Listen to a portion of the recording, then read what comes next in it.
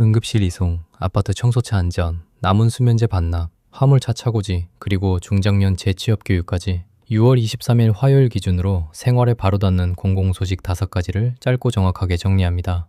첫 소식입니다.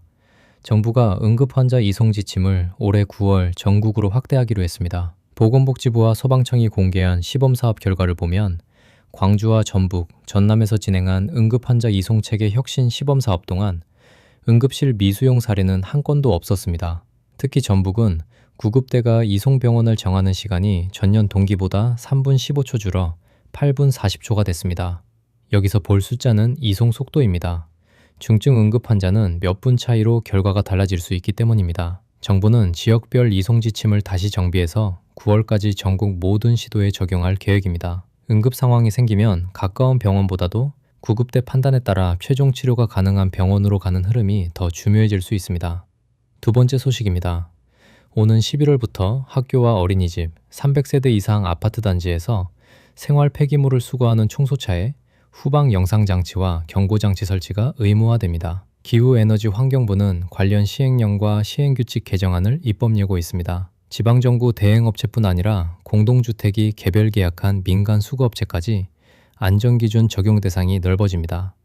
실제로 바뀌는 기준은 작업 방식입니다. 등하교 시간대에는 수거 작업 시간을 조정하고 2인 1조 작업 원칙도 도입됩니다. 어르신이 단지 안을 걸어 다니거나 손주를 데리러 갈 때 청소차 후진과 사각지대가 큰 위험이 될 수 있는데 이번 조치는 그 부분을 줄이기 위한 기준 정비라고 보면 됩니다. 세 번째 소식입니다. 집에 남아있는 수면제나 신경 안정제가 있다면 이번 주에 약국 반납 여부를 확인해 보셔도 좋겠습니다. 식품의약품안전처는 6월 22일부터 26일까지 마약 퇴치 주간을 운영하고 있고 정책 브리핑은 남은 수면제와 신경 안정제를 참여 약국에 반납할 수 있다고 안내했습니다. 반납할 때는 참여 약국 확인이 먼저입니다. 참여 약국은 식약처와 대한약사회 누리집에서 찾을 수 있습니다. 집안에 오래 보관된 약은 복용 시기를 놓쳤거나 다른 약과 섞여 오남용 위험이 커질 수 있습니다. 특히 수면제처럼 처방 이력이 있는 약은 가족이 임의로 나눠 먹지 말고 반납이나 폐기 절차를 확인하는 편이 안전합니다. 네 번째 소식입니다. 국토교통부가 고속도로 유유부지를 활용한 공영차고지 시범사업에 들어갑니다. 오늘 6월 23일에는 한국도로공사와 5개 지방정부가 관련 업무 협약을 체결한다고 밝혔습니다. 목표는 도심과 물류거점 주변의 화물차 불법 주차를 줄이고 부족한 차고지를 조금이라도 늘리는 것입니다.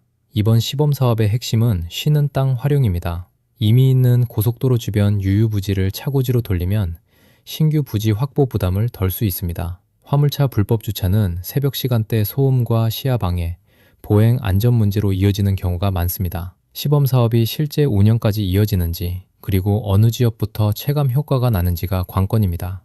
다섯 번째 소식입니다. 중장년 재취업을 겨냥한 기술교육 모집도 확대됐습니다. 고용노동부에 따르면 중장년 특화과정 교육 인원은 7,700명으로 2년 사이 3배 이상 늘었습니다. 전국 평균 경쟁률은 3.8대 1이고 일부 인기 직종은 11대 1을 넘겼습니다. 중장년 구직자는 지금 수요가 어디에 몰리는지 봐야 합니다. 단순한 취미 교육이 아니라 재취업과 직무 전환에 직접 연결되는 기술 교육에 지원이 몰리고 있다는 뜻입니다. 하반기 모집이 본격화된 만큼 실제 신청 자격과 개설 캠퍼스, 훈련 직종은 한국폴리텍대학과 고용노동부 공고를 개별 확인하는 것이 필요합니다. 오늘 정리한 핵심은 이렇습니다. 응급환자 이송 지침은 9월 전국 확대를 앞두고 있고 학교와 아파트 청소차에는 11월부터 안전장치 의무가 강화됩니다. 남은 수면제와 신경안정제는 참여 약국 반납 여부를 확인할 수 있고 화물차 공영차고지는 고속도로 유유부지 활용 시범사업이 시작됩니다. 중장년 기술교육은 7,700명 규모로 커졌고 경쟁률도 높아졌습니다. 데일리멍 채널이었습니다. 오늘 뉴스는 여기까지입니다. 구독과 좋아요 부탁드립니다. 감사합니다.